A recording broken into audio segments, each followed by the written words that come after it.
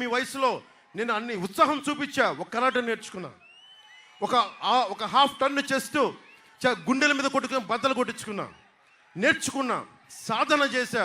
ఈ రోజున మీ వీరందరూ గుండెల్లో ఉన్నానంటే నేను చేసిన సాధన. నేను నిజంగా చెప్పాలంటే సరదా ఉండాలి, హుషారు ఉండాలి, కానీ అది ఎలా ఉండాలంటే మన భవిష్యత్తు బాగుండాలి. మీకోసం పవన్ కళ్యాణ్ అనే వ్యక్తి ఎందుకు వస్తాడు? మీ భవిష్యత్తు కోసం కాదా? అరే నేను 200 కోట్లు సంపాదించాను లాస్ట్ 5 సంవత్సరాల్లో. ఇంత సంపాదించి కూడా ఎందుకు తిట్లు తింటాను? జగన్ లాగా నాకు అక్రమ మైనింగ్ అవసరం లేదు, గుంతలు రోడ్ల కాంట్రాక్ట్లు అవసరం లేదు, పోలవరం పూర్తి చేయకుండా నాకు దాని మీద డబ్బులు అవసరం లేదు, ఏటీఎం లాగా కాదు. మీ భవిష్యత్తు కోసం వచ్చాను. 30,000 మంది ఆడబిడ్డలు ఈ రాష్ట్రంలో 30,000 మంది ఆడబిడ్డలు అదృశ్యమైపోతే ఒక్కడు మాట్లాడు, ఒక్క వైసీపీ ఎమ్మెల్యే మాట్లాడు. మానభంగానికి గురైతే ఆడబిడ్డలు కూర్చోబెట్టి 1-2 రేపులు జరుగుతాయండి, దానికి పట్టించుకోవాల్సిన ఏముందని వైసీపీ మహిళా మంత్రులు అంటారు. నాకు బాధ కలుగుతుంది. మన ఇంట్లో బిడ్డలకు జరిగిన బాధ ఉంటుంది నాకు. నేను మీకోసం వచ్చాను. 30,000 మంది ఆడబిడ్డలు పోతే ఎత్తిలిపోవాలి. మనందరం కూర్చొని హుషారు ఉంటే సరిపోదు. మార్పు కోసం మీరు గొడవలు పెట్టుకోకర్లా. ఇదే చెప్తాను, గొడవలు పెట్టుకోకర్లా. ఓటు వేయాలి, మీరు నిలబడాలి. మీరు ఆ ఉత్సాహం లేకపోతే మీరు జన సైనికులని ఎంత చెప్పినా, మీరు అన్యాయానికి ఎదురు తిరగపడకపోతే మీరు నా జన సైనికులుగా చెప్పుకున్న ప్రయోజనం లేదు. మిథున్ రెడ్డి ఒక్కళ్ళని బతకనివ్వట్లా. చిత్తూరులో ఎవరిని బతకనివ్వడు, కడపలో ఎవరిని బతకనివ్వడు, రాయలసీమలో ఎవరిని బతకనివ్వడు. ఇంతమంది తూర్పుగోదావరి జిల్లాలో నాయకులు ఉంటే ఇక్కడ కొండ తవ్వాలన్నా, గ్రావెల్ తవ్వాలన్నా, మైనింగ్ చెయ్యాలన్నా మిథున్ రెడ్డి పర్మిషన్ తీసుకోవాలి. స్థానిక నాయకులకి, వైసీపీ నాయకులకే దిక్కు తెన్ను లేదు. ఇక్కడ నేను వచ్చింది ఎవరికి స్వీయ నిర్ణయాధికారం ఇక్కడ ఉండాలి. తూర్పుగోదావరి జిల్లా నాయకులకి తూర్పుగోదావరి జిల్లా వనరుల మీద సంపూర్ణ ఆధిపత్యం ఉండాలి. ఒక మిథున్ రెడ్డి కాదు, వైఎస్ జగన్ కాదు.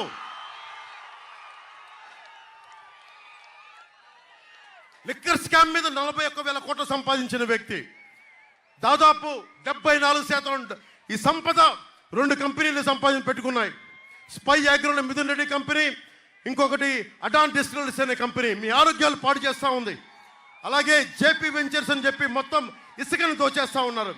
కేవలం ఒకవైపు మీకు ఉద్యోగాలు లేవు, ఉపాధి అవకాశాలు లేవు, ఫీజు రీఎంబర్స్మెంట్ లేవు, మనకి ఇవి ఉపాధి అవకాశాలు లేవు. కానీ ఒకవైపున జగన్ రంగులు మార్చడానికి, వైసీపీ భవనాల రంగులు మార్చుకోవడానికి 1000 కోట్లు, వైసీపీ రంగులు మార్చుకోవడానికి 1300 కోట్లు, రంగులు తీసేయడానికి 1000 కోట్లు.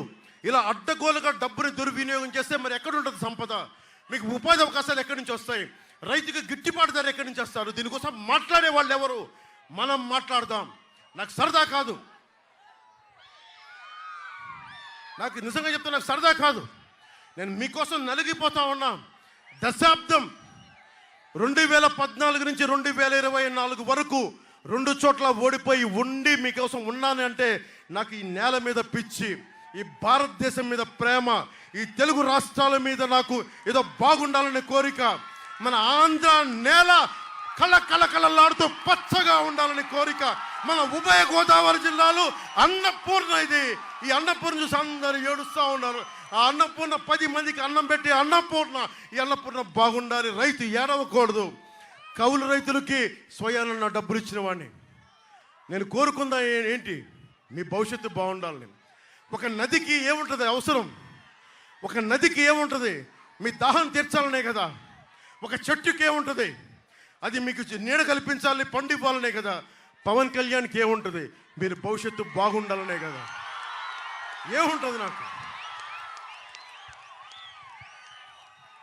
అలాగే వైఎస్ జగన్ ఉన్నాడు.